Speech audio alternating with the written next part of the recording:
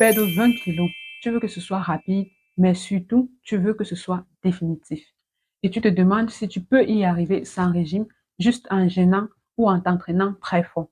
Peut-être que tu as entendu parler du jeûne intermittent, du jeûne prolongé ou encore du HIIT, du CrossFit.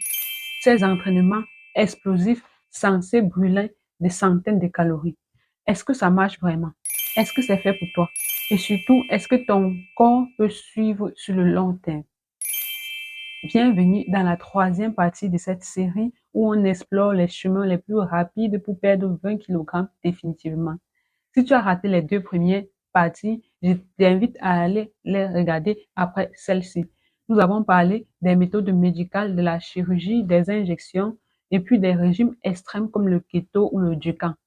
Aujourd'hui, on s'attaque à des méthodes qui jouent avec ton métabolisme, avec ton énergie et parfois même avec ta volonté. On va parler du jeûne et de l'activité physique intense. Commençons avec le jeûne intermittent. Le plus connu, c'est le 16-8. Tu jeûnes pendant 16 heures et tu manges pendant une fenêtre de 8 heures. Mais il y a aussi le 5-2 où tu manges normalement 5 jours par semaine et tu réduis drastiquement les calories des 2 autres jours. Le principe est simple.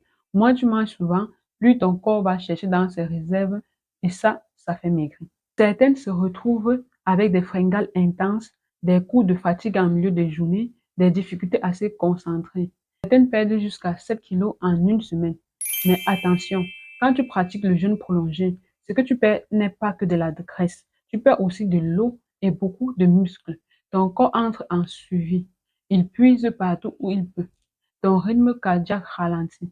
Tu as froid, tu es fatigué et le moindre effort t'essouffle. Ton cerveau fonctionne au ralenti. Il y a aussi un danger réel si tu recommences à manger trop vite. Ce qu'on appelle le syndrome de nutrition inappropriée peut être grave, même fatal. Une autre méthode que beaucoup utilisent pour perdre 20 kilos est du sport intensif, combiné à un régime, bien sûr. Mais là aussi, il faut être prêt parce que ce type d'entraînement demande beaucoup de temps, de l'énergie et nécessite un encadrement. Et si tu es en surpoids important, si tu es obèse ou débutant, le risque de blessure est réel. Tu risques des tendinites, des douleurs lombaires, des inflammations, des fatigues extrêmes